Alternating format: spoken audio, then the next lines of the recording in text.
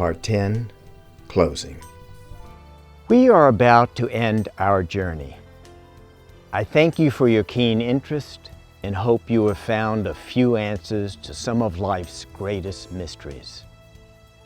As with many new ideas, it is often helpful to hear them 2 or 3 times to allow them to assimilate into our brains. After all, these thoughts may collide head-on with what we have been raised to believe. The first time through the course is mainly a listening experience. The next time we review it, we have greater insight and begin to understand the information's subtleties. The third listening is when it begins to become assimilated as part of our lives. As you may know, the proof is in the tasting of the pudding. Give these ideas a road test and see if they work for you. Let's close with a short review.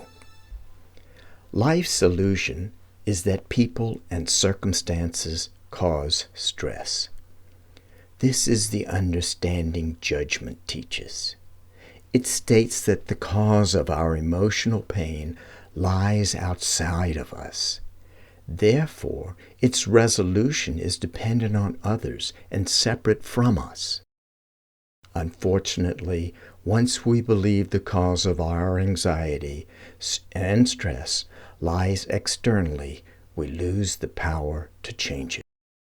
We can't modify others' beliefs that cause their actions. Only they can. Often disagreement and separation occur because we think others are causing our pain. I have a friend who was angry with her neighbor. Every time the neighbor would walk by her house, she would remember their argument, become agitated, and go inside. My friend thought that she was in control because it was her decision to leave the porch. She didn't realize that the neighbor, simply by her presence, was dictating the entire drama. Here is what is happening. Trying to change others' beliefs to match our own is a fruitless, full-time job. As long as we persist in that effort, we will be giving others the power to decide if we will become upset or not. Let's take a look at what self-love teaches.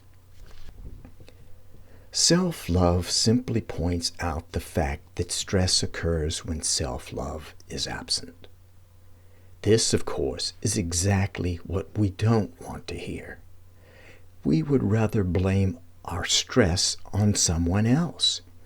What is being said here is that the lack of self-love creates behavior that misaligns us with the love we are. It is our unloving judgmental beliefs about ourselves that create those actions. Self-love teaches us to go inside and find the taught judgmental beliefs that separate us from ourselves. Once we understand the truth about such beliefs, we then have the power to change them. Once we change them, our behavior will change, and soon it will align with the love we are. The pillars supporting stress have been removed. How do we do it? How do we forgive ourselves, our past mistakes? We do it through the process of self-forgiveness. We now understand the misaligned beliefs of judgments and the behavior that they cause. We put blame to rest. As we look around, we can see that others are being duped by their taught judgments just as we were. Our actions of 20, 30, or more years ago, as well as the one that just happened, no longer haunt us. Self-love appears. And what about self-love?